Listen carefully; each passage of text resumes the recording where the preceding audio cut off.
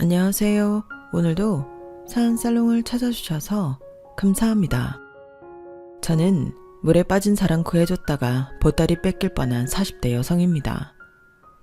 결혼한 지는 올해로 11년 정도 됐고요. 아이는 늦게 낳은 편이라 지금 현재 5살이에요. 귀여운 여자아이고요. 저희 남편은 저희 딸이 태어난 순간부터 못 말리는 딸바보가 되었죠. 눈에 넣어도 아프지 않을 것 같다는 말이 무슨 말인지 알았다나요? 그만큼 딸이 하는 모든 행동과 모든 말에 남편은 행복해하는데 사실 저렇게 행복해하는 남편을 볼 때면 마음 한켠이 아플 때가 많습니다. 지금이야 저희도 다른 가족들처럼 따뜻한 집에서 단란하고 화목하게 살고 있지만 저희 부부의 유년 시절은 그렇지 못했거든요.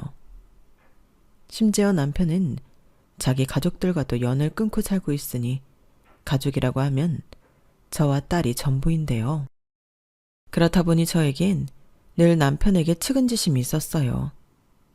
저희의 첫 만남은 이런 동병상련 때문에 시작되었거든요. 여기서 잠깐 제 이야기를 좀 해보자면 저는 재혼 가정에서 자랐고 저희 딸과 같은 나이에 새아빠와 함께 살았어요. 제 기억에 새아빠는 나쁜 사람은 아니었지만 저에게는 엄격하신 분이었고 엄마는 그런 아빠의 눈치를 많이 보고 사셨는데 저도 알게 모르게 그런 눈칫밥을 먹고 자라서 그런지 늘 소심하고 주눅이 들어있었어요. 그 어린 마음에도 새아빠의 눈밖에 나면 안 된다고 생각해서 튀는 행동을 전혀 하지 않았는데요. 그러던 중 중학교 3학년 때 엄마가 그러더라고요. 선영아, 고등학교 인문계 말고 실업계 지원하자. 왜? 나 대학 가면 안 돼? 대학까지는 좀 그렇잖아. 엄마가 따로 돈을 버는 것도 아니고 아빠 돈으로 가야 하는데. 그래도 나 영어 영문학과 가고 싶었는데. 그런 거 배워서 뭐 하게? 그러지 말고 실업계 가서 자격증 따고 취업해서 돈 벌어. 여자는 돈 벌다가 남자 만나서 시집 잘 가면 그게 성공이야. 엄마도 참, 그거야 엄마 때 얘기지. 나는 싫어. 그럼 대학 입학할 때 한 번만 도와주는 것도 안 돼? 나머지는 내가 휴학을 해서 돈을 벌든 알아서 할게. 한 학기 등록금이 얼마나 비싼데 그런 소리를 해. 지금도 너 학교 보내주고 용돈 주고 최대치로 해주고 있는 거야. 그러지 말고 엄마 좀 도와줘.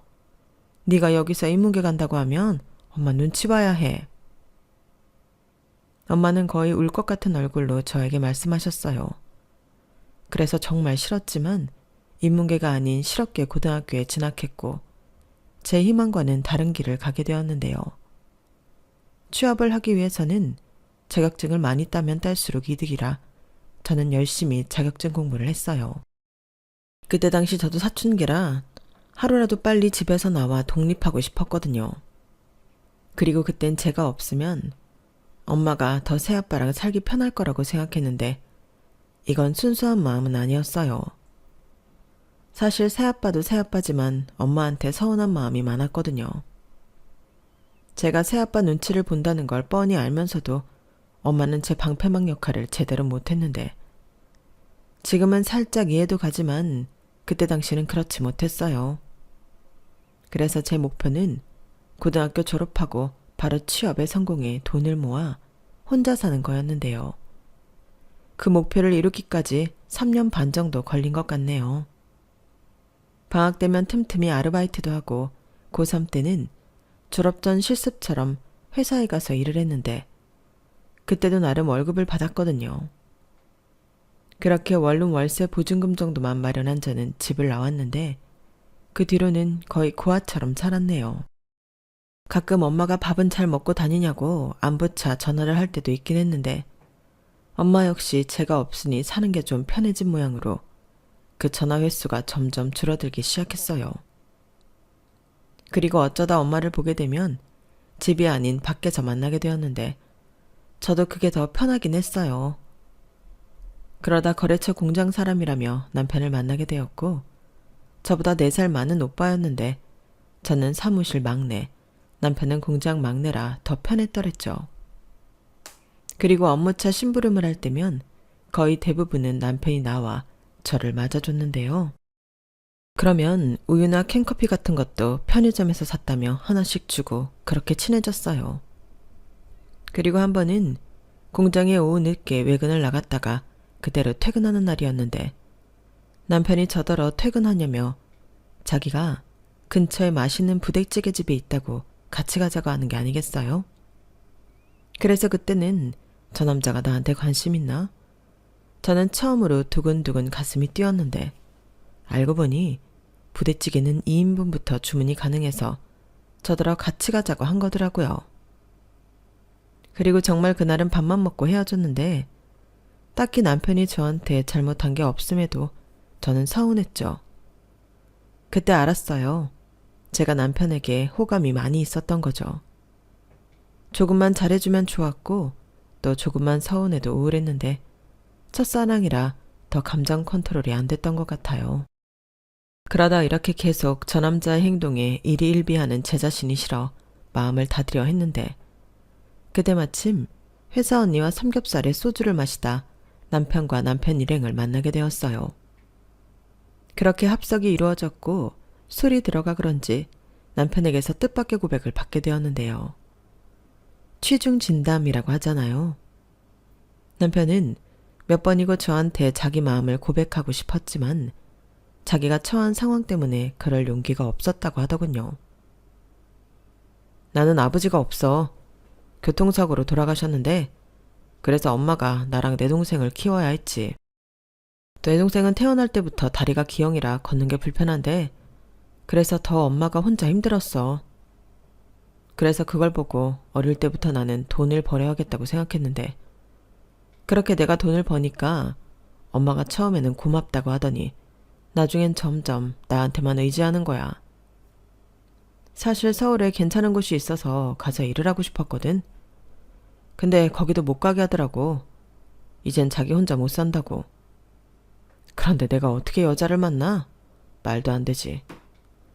그래서 마음은 굴뚝 같은데 아무 말도 못했어. 이렇게 많이 좋아하는데. 나 좀 찐따 같지? 미안. 저는 느닷없는 남편의 진지한 고백에 아무 말도 하지 못했어요. 나 역시 힘든 가정 환경에서 자랐다고 생각했는데 저에 비하면 남편은 힘들다는 말로는 다 표현할 수가 없을 것 같았거든요. 그리고 저 역시 어린 나이라 결혼까지 염두한 건 아니더라도 저런 남자를 만나면 고생할 것 같다는 예감이 들었는데 사람이 안 된다고 하면 더 하고 싶다고 남편에게 향하는 마음을 끝내 주체할 수 없게 되었어요. 어차피 힘들게만 살아온 인생인데 조금 더 힘들면 어떠냐. 대신 좋아하는 사람 옆에서 실컷 있을 수 있으니 그건 그거대로 괜찮을 것 같았는데요.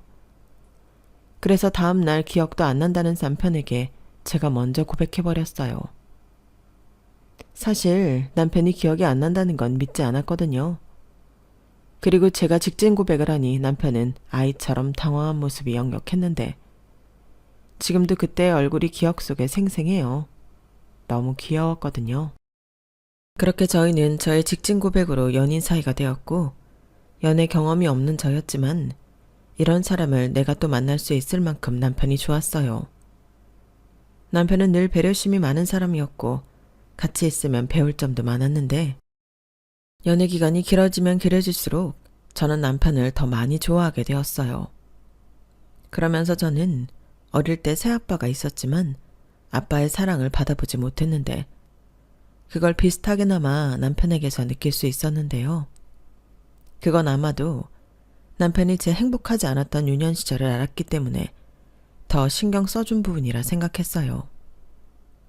이렇게 저희 두 사람은 비슷한 아픔과 함께 서로에게 필요한 사람이 되어주려 노력했고 그러다 남편은 모아놓은 돈이 조금 있다며 사업을 하고 싶다고 저에게 처음으로 이야기를 했는데요. 그땐 저까지 회사를 그만두고 함께하면 어떻겠냐고 제안을 하더라고요. 하지만 저는 그런 남편의 제안을 조심스럽게 거절했는데 이유는 따로 있었죠. 이미 그때부터 우리 두 사람은 결혼을 염두에 두고 있었거든요. 그런 의미에서 남편은 함께 일을 하자고 한 것일 수 있는데 저는 거꾸로 그렇기 때문에 저라도 안정적인 직장을 다녀야 한다고 생각했어요. 여차하면 제가 벌어서 남편을 도와줘야 한다고 생각했거든요. 그래서 그런 저의 생각을 남편에게 얘기하면서 최대한 남편이 기분 나쁘지 않고 서운하지 않도록 이야기를 했는데요. 남편은 그 생각도 일리가 있다며 전혀 기분 나빠하지 않았어요. 그리고 자기가 열심히 일해서 자리를 잡는다면 그때는 정식으로 결혼도 하고 함께 일을 하자고 약속했죠. 그때 저는 기도했어요. 부디 제발 남편이 말한 대로 사업이 잘 되길 바랬는데요. 그렇다 보니 연애 기간은 본의 아니게 늘어날 수밖에 없었어요. 거의 10년 가까운 시간을 보냈는데 처음 3, 4년까지는 이 사업을 계속해도 될까 싶을 정도로 남편이 많이 힘들어 하더라고요. 하지만 남편은 포기할 줄 몰랐고 하도 열정 가득히 매달리니까 저도 아무 말도 못했는데요. 그러다 드디어 5년 차에 접어드니 희망이 보이기 시작했어요. 그 후부터는 걱정한 게 무색하리만큼 사업이 빠르게 성장했는데 안정적인 수입을 내는 것은 물론이고 점점 수입이 늘어 남편이 말한 대로 저는 회사를 그만두고 남편의 회사에 들어가 일을 하게 되었어요.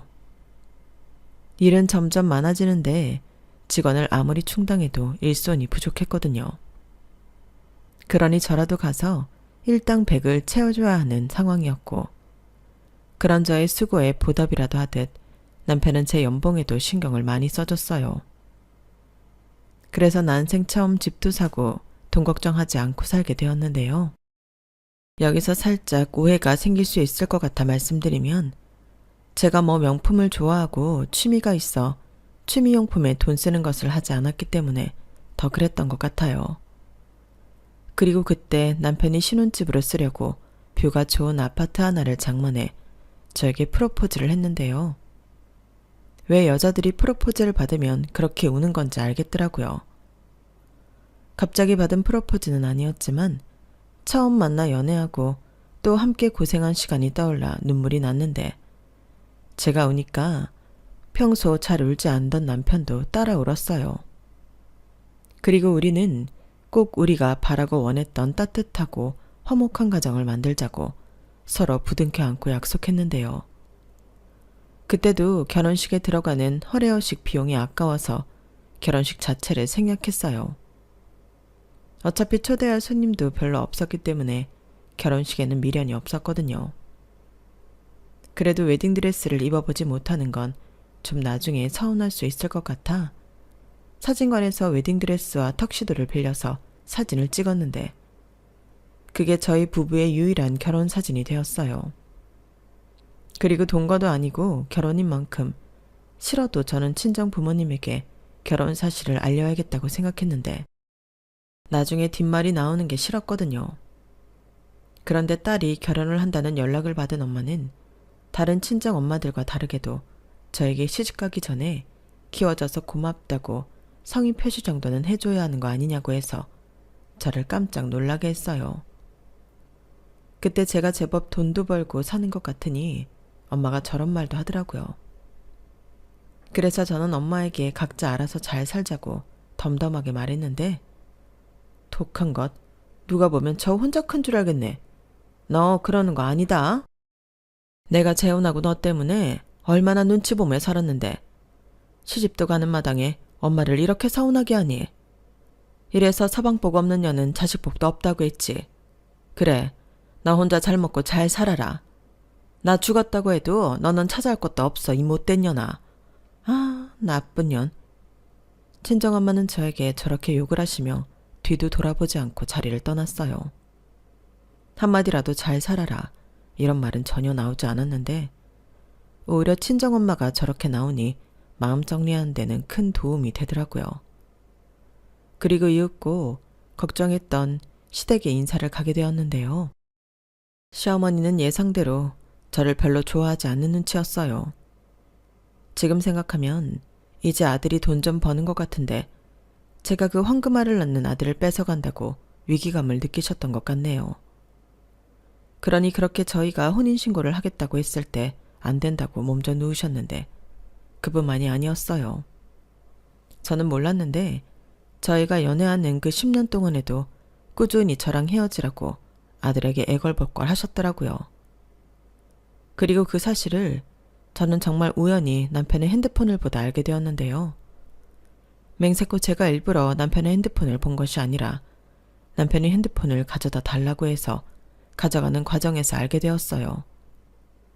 그때 시어머니가 연신 문자를 보내셨는데 제 손가락에 터치가 되어 전체 대화를 보게 되었거든요. 그런데 문자에 제 이야기가 있다 보니 자연스럽게 그걸 읽게 되었고 평소에 나라는 사람을 이렇게 생각하고 계셨구나. 그런 생각에 전 문자들도 모두 보게 되었는데 손이 달달달 떨렸어요. 평소 시어머니가 저를 별로 좋아하지 않는다는 건 이미 알고 있었지만 이렇게나 저를 싫어하는 줄은 몰랐거든요. 심지어 그 문자에는 거의 인신공격 수준인 글도 있었는데요. 솔직히 충격이었죠. 그 중에 지금도 기억에 남는 내용이 있었는데요. 너 생각 잘해. 예전이면 몰라도 이제 너는 걔랑은 급이 달라. 그리고 지금보다 조금만 더 네가 벌면 그때는 걔랑은 비교도 되지 않을 여자들이 줄을 설 텐데 왜 자꾸 걔랑 결혼을 하겠다는 거냐? 혹시 걔가 뭐 네 약점이라도 잡은 거야? 저 문자는 아마도 평생 잊지 못할 것 같아요. 사실 저거 말고도 10년이나 만났는데 너도 새 여자 만나고 싶지 않냐? 뭐 그런 내용도 있었는데 다행히 남편은 시어머니가 그런 문자를 남길 때마다 단호하게 대처한 듯 보였어요. 그런 말 하지 말라느니 엄마가 뭘 한다고 그러냐느니 그런 소리 할 거면 연락도 하지 말라느니 이런 식으로 대응을 한 흔적이 보였는데요. 그렇기 때문에 결혼을 했어요. 만약에 저런 시어머니 문자에 조금이라도 이상한 낌새가 보였다면 지금의 저희 가정은 세상에 존재하지 않았겠죠. 그리고 하나를 보면 열을 안다고 남편은 정말로 남의 편이 아닌 제 편 같았는데요. 감사하게도 남편은 지금까지도 늘 제가 1순위인 사람입니다. 아무튼 이렇게 저희는 양가 부모님의 축복은 전혀 받지 못하고 부부가 되었어요. 솔직히 양가 부모님을 떠올리면 조금 우울해지는 건 어쩔 수 없는데 그것 때문이라도 저희 둘이 더 열심히 살았어요. 남편이 기꺼이 준비해준 신혼 아파트에서 평생 꿈만 꿔왔던 행복한 시간을 보냈는데 제가 살던 집은 월세를 주게 되었죠. 앞으로도 계속 제 명의의 집은 그렇게 세를 주어 부수입 창출에 이용할 예정이었는데 이 사실을 아시고 말씀을 하시는 건지 시어머니가 한 번은 저를 붙잡고 하소연을 하기 시작하셨어요.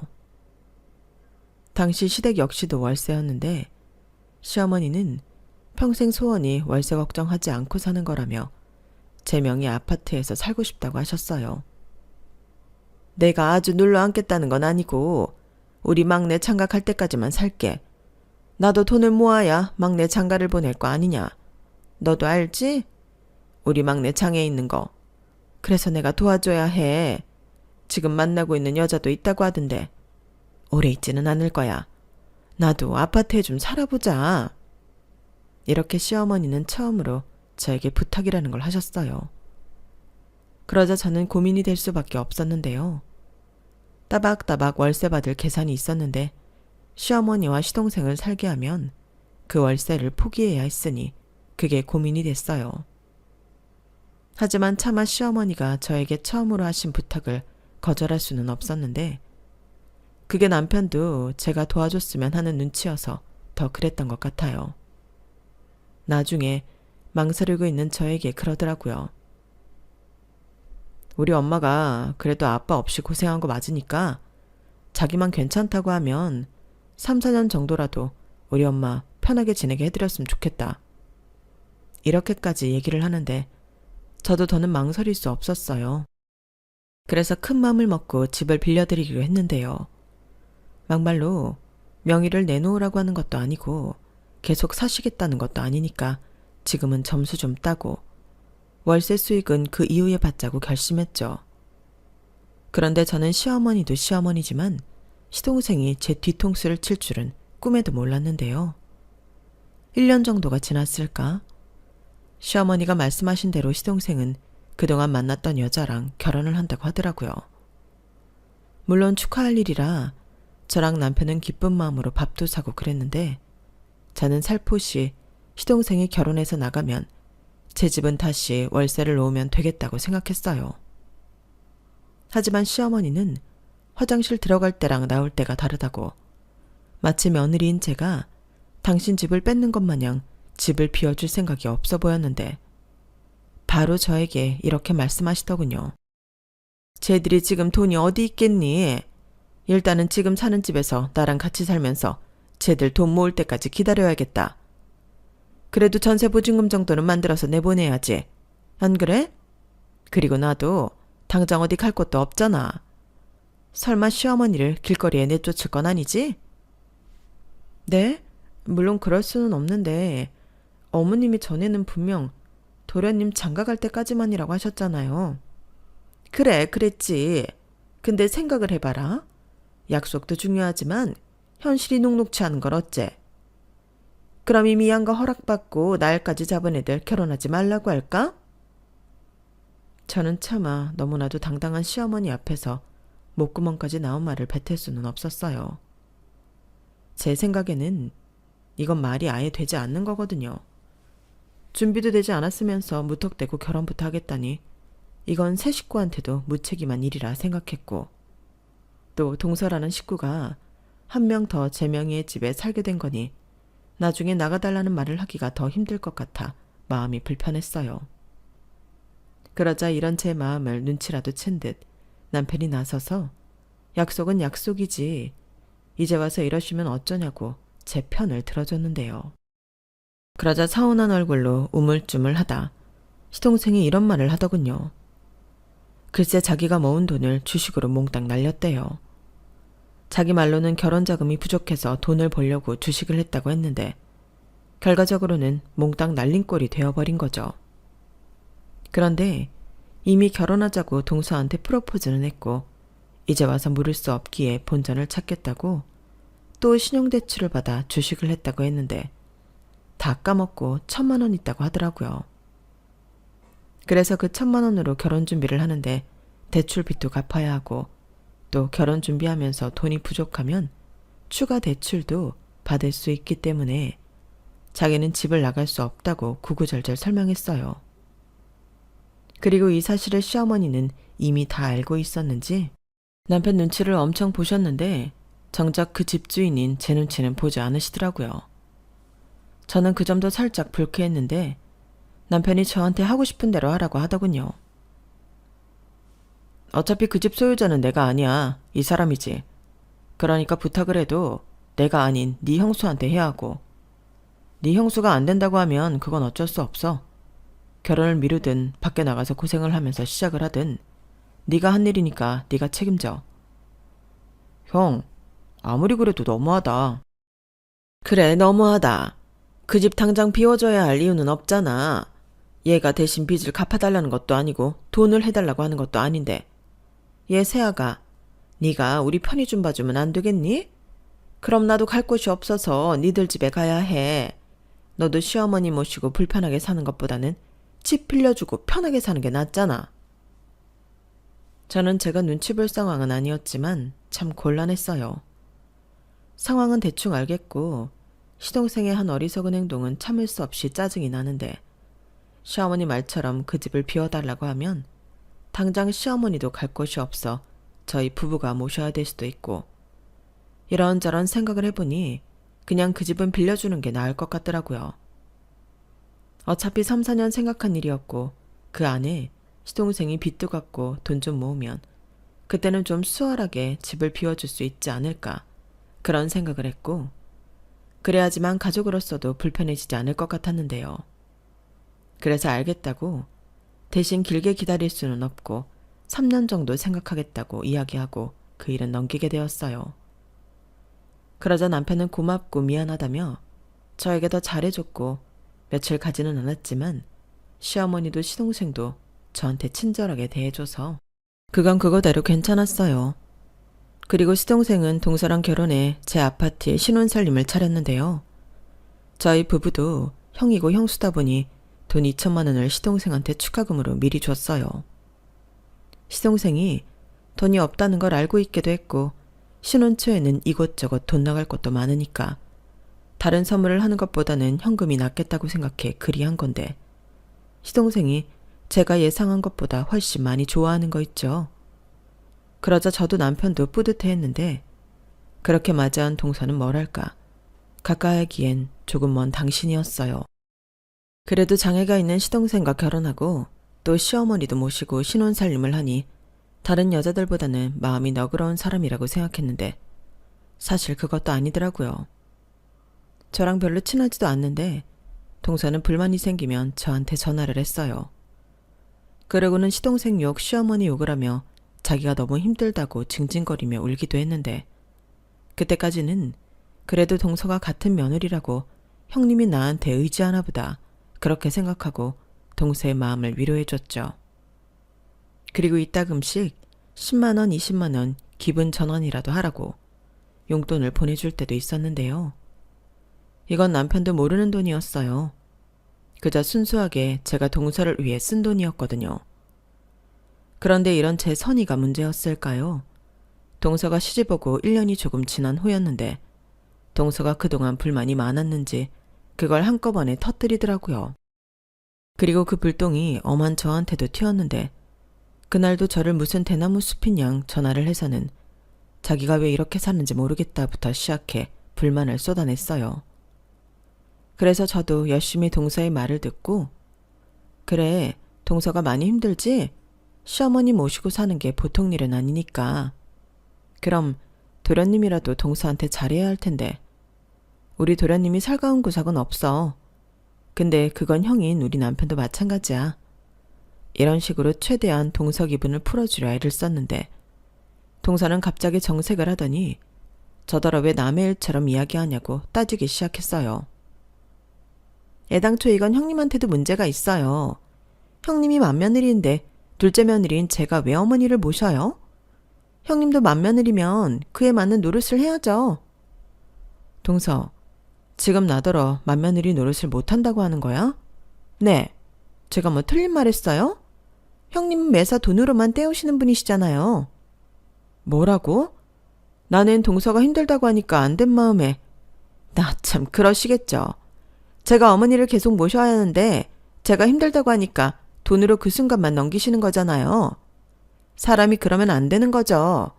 저도 이제 할 만큼 했어요. 우리 남편한테 들어보니 형님은 시집와서 단 한 번도 어머니 안 모셨다면서요. 그러니까 이제부터는 형님이 어머니 모시세요. 이제 형님 차례라고요. 동서가 뭔가 오해가 있는 것 같은데 나는 지금 내 할 도리 충분히 하고 있어. 집도 빌려드렸지. 매달 용돈으로 100만 원씩 보내드리지. 근데 이제는 나더러 시어머니를 모시기까지 하라고? 동서, 아무리 그래도 이건 좀 아니지 않아? 그럼 동서는 내 집에서 도련님이랑 재미나게 살겠다고? 그럼 그냥 공평하게 그 집에서 다 나와. 네? 지금 그게 무슨 말씀이세요? 무슨 형님이 집을 빌려줘요. 형님 진짜 웃기시는 분이네? 우리 집은 우리 남편 명의인데 지금 무슨 소리 하시는 거예요? 뭐? 그 집이 도련님 명이라고? 누가 그래? 도련님이 그래? 어머님이 그래? 웃기는 건 내가 아니야. 못 믿겠으면 지금 당장 인터넷 등기소에서 그 집 명의 확인해봐. 나야말로 황당하다. 사정해서 어쩔 수 없이 집 빌려줬더니. 뭐? 내가 어머니를 안 모셔도 되는 이유? 내가 그 집을 공짜로 빌려드렸기 때문이야. 동서도 따지고 싶으면 뭘 제대로 알고 따져. 그리고 나도 바쁜 사람이니까 이제 용건 없으면 이런 식으로 전화하지 말아줄래? 내가 감정 쓰레기통도 아닌데 이제 그만하자. 저는 동서의 말에 황당하고 어이가 없어 다시는 이딴 전화하지 말라고 쏘아 붙여주고 전화를 끊었어요. 그러자 생각하면 할수록 괘씸해서 미칠 것 같았는데 1시간도 지나지 않아 동서한테 또 연락이 왔어요.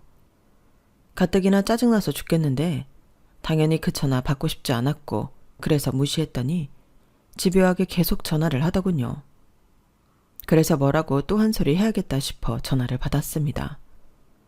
그런데 동서는 대성통곡을 하고 있었어요. 자기가 속아서 사기 결혼을 당했다며 너무 억울하다고 숨이 넘어갈 정도로 울었는데 자세히 들어보니 동서가 왜 그러는지 이유를 알겠더라고요. 글쎄 시동생이 자기가 신혼집을 마련했으니 다른 결혼 자금은 동서더러 부담하라고 했대요. 그뿐만이 아니라 시어머니도 자기 아들이 집이 있고 시집 와서 몇 년 있다가 공동명의 시켜주겠다며 예단도 이것저것 빵빵하게 불렀다고 했는데 그것들만 합쳐도 돈 3천만 원은 넘는다고 하더군요. 그러니까 시어머니와 시동생이 아주 작당을 하고 동서를 속인 건데 그 사실을 이제야 알았으니 동서가 팔짝 뛸만도 하죠. 그래서 저는 동서의 말을 끝까지 들어줬어요. 제가 할 수 있는 게 그것밖에 없었거든요. 그리고 제가 정말로 시동생이나 시동생 그리고 동서한테 명의를 넘겨준 것도 아니었기 때문에 그저 저 나쁜 인간들 하고 같이 욕을 할 뿐이었는데 사태가 사태인 만큼 그냥 넘어갈 수는 없었죠. 저는 동서를 겨우 달래놓고 남편한테 바로 이야기를 전했어요. 아무래도 두 모자가 동서한테 내 집을 핑계로 사기를 친 것 같은데 이걸 그냥 두면 안 될 것 같다고 말했죠. 그러자 남편은 제 말에 인상을 팍 구기더니 남은 일정들을 모두 취소했는데 곧장 시어머니와 시동생을 만나러 가자고 하더라고요. 그렇게 도착한 제 아파트에는 이미 벌써 난리가 나 있었는데 동서 목소리가 아주 쩌렁쩌렁하게 울려 퍼지고 있었어요. 그리고 저희 부부가 집 안으로 들어가니 시동생이 저를 보자마자 불같이 화를 냈는데요. 그러면서 한다는 말이 아주 못 들어줄 말들이었어요. 제가 제 집을 자기한테 준다고 했다는 거예요.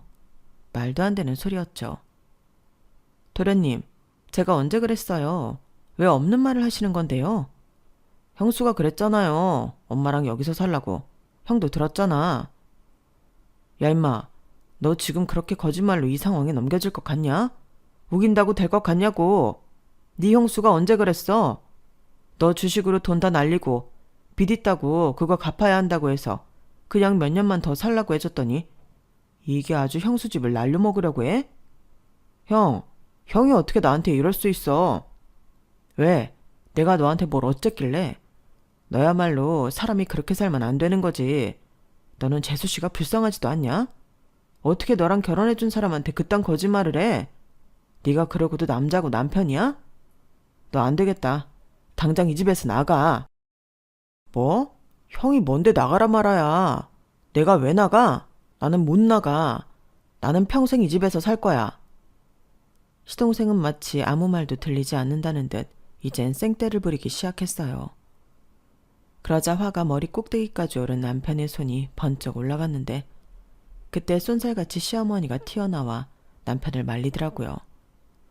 그리고 어떻게 동생한테 그런 모진 말을 할 수가 있냐며 시어머니는 제 남편 등짝을 때리기 시작하셨는데 아니, 같은 아들인데 왜 저렇게 행동하시는 건지 저도 너무 화가 났어요. 그래서 그때는 제가 시어머니를 말리며 내 남편 때리지 말라고 큰 소리를 냈죠. 그러자 시어머니는 눈에 불을 켜며 이게 다 너 때문이야. 나는 처음부터 너같이 그늘 있고 음치만 해. 며느리로 들이기 싫었다. 다 너 때문이야. 이젠 제 머리채를 잡으시라 하셨는데요. 그러자 남편이 자기 엄마의 양팔을 잡고 제발 이러지 좀 말라고 성질을 냈어요.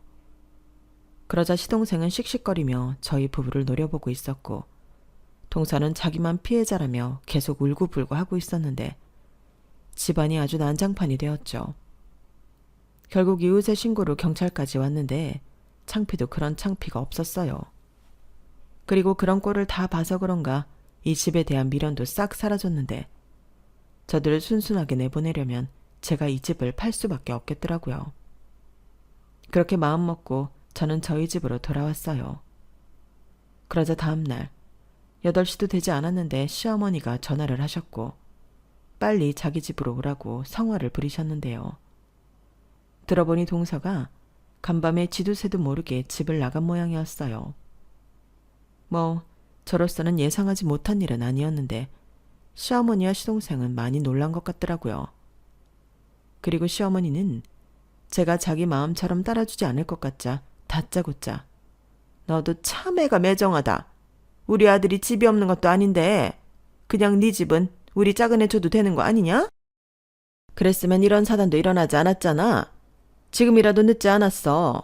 그냥 우리가 사는 집은 우리 둘째 앞으로 명의 변경해줘라. 그러면 둘째 며느리도 집에 돌아올 거야. 이러다가는 얘니 이혼할지도 몰라. 어제는 나더러 예단으로 받은 거 다 토해내라고 아글아글시더라. 이렇게 말씀하셨어요. 그 말을 듣는데 저는 어이가 없어서 헛웃음이 튀어나왔어요.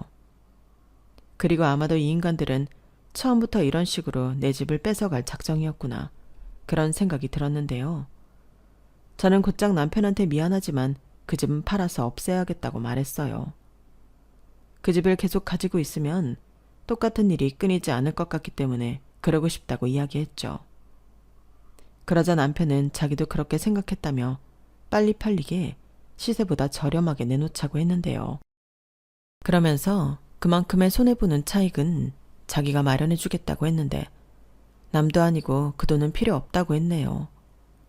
그렇게 저는 곧장 부동산에 아파트를 시세보다 저렴하게 금매로 내놓았고 그날 당일부터 집을 보겠다는 사람이 줄을 지었나 보던데 어머니에게서 또 시동생에게서 전화가 계속 걸려왔어요. 저는 일부러 받지 않았죠. 그리고 그날 저녁 저는 제 아파트 매도 계약을 했는데 그 사실을 알게 된 시어머니가 제 멱살을 잡고 어떻게 이럴 수가 있냐고 따져 물으셨어요. 그래서 피땀 흘려 겨우 마련한 제 집인데 어머님이랑 도련님이 뺏어가려고 하니 이럴 수밖에요. 저도 아까워요. 라고 말을 했는데 시어머니는 저더러 악독한 년이라고 막말을 쏟기 시작하셨어요.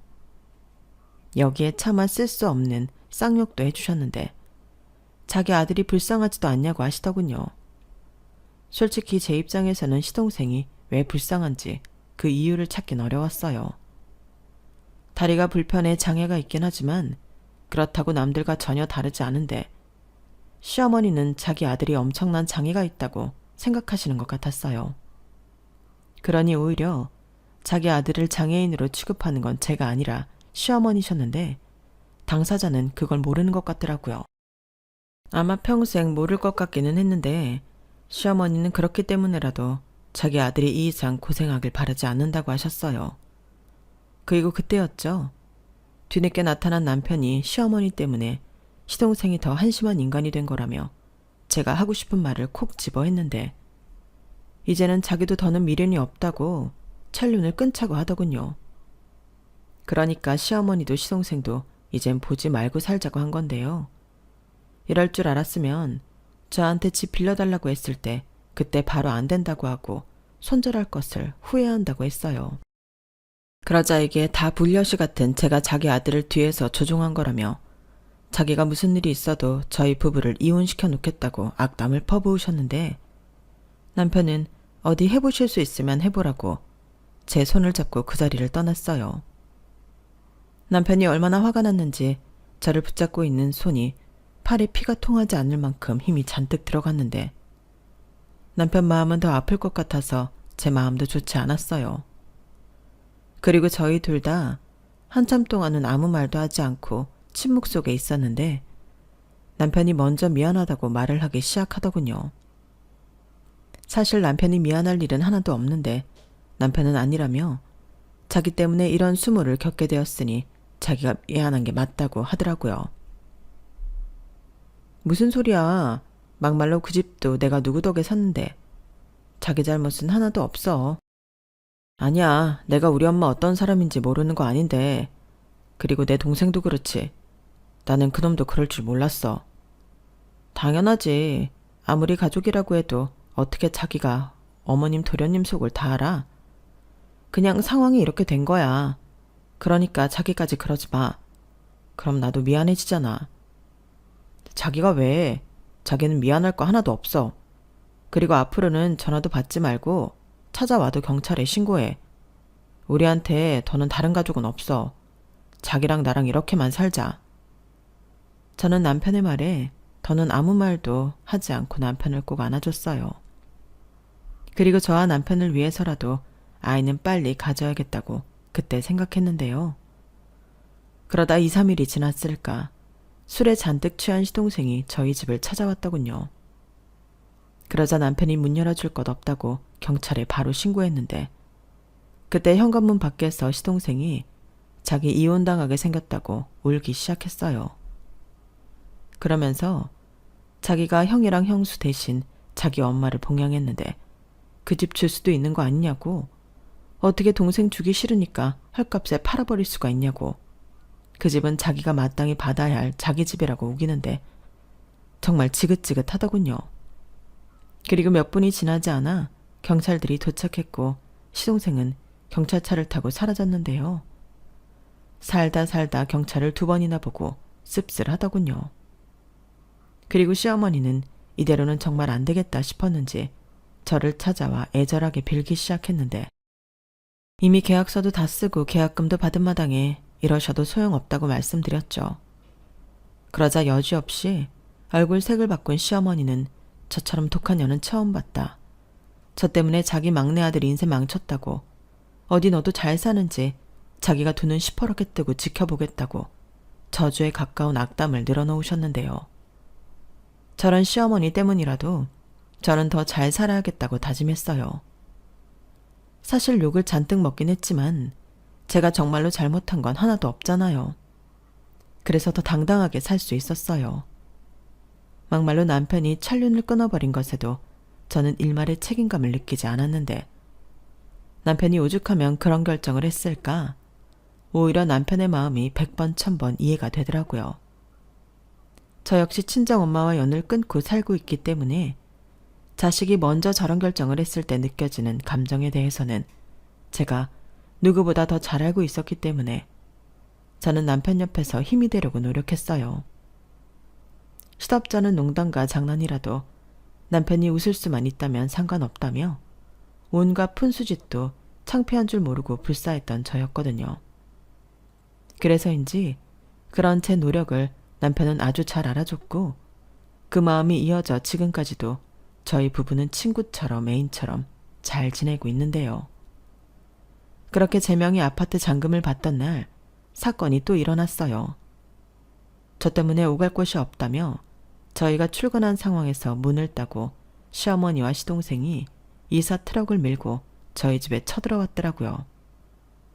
그런데 이럴 것을 남편이 미리 예상이라도 한 듯 어딘가에 전화를 걸었는데, 그러자 금방 트럭과 사람들이 저희 집에 도착했어요. 가만 보니 저희가 종종 이용하는 특수 폐기물 업체 사장님 댁에 차량과 직원들이었는데 순식간에 시어머니와 시동생 짐을 나르기 시작하더군요. 그리고 남편은 다 필요 없는 것들이니 폐기 처분해달라고 말했는데 그 말에 시어머니와 시동생이 눈이 동그래져서는 안 된다고 매달리기 시작했어요. 뭐가 들었는지 모르겠지만 아주 필사적이더라고요.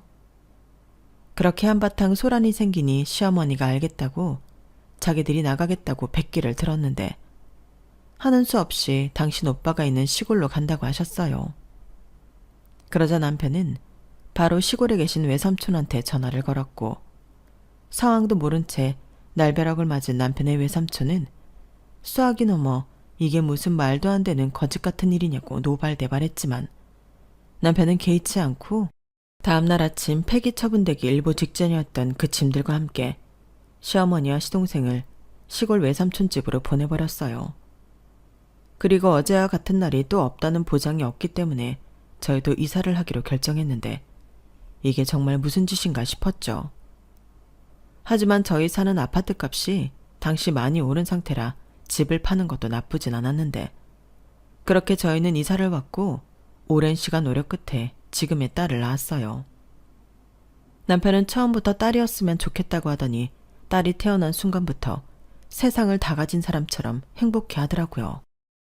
그리고 저 역시 딸을 보면 이 아이는 나처럼 불행하지 않고 온전한 부모의 사랑과 행복을 누릴 수 있게 해주고 싶다는 생각을 많이 하게 되는데, 그래서인지 저도 남편도 저희 딸이 너무나도 소중하고 사랑스럽기만 합니다. 자식을 낳아보니 저도 남편도 저희의 부모를 더 이해할 수가 없었어요.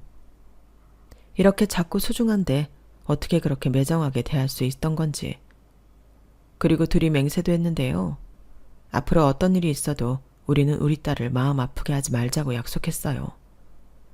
자식은 부모의 선택으로 태어난 거지 본인의 선택으로 태어난 게 아니잖아요. 그러니 더욱 부모인 저희가 더 노력하고 책임져야 한다고 생각합니다. 아직은 어려서 잘 모르지만 앞으로 크면서 우리 딸도 저희 가슴에 대못 몇 개쯤은 박을 수도 있겠죠.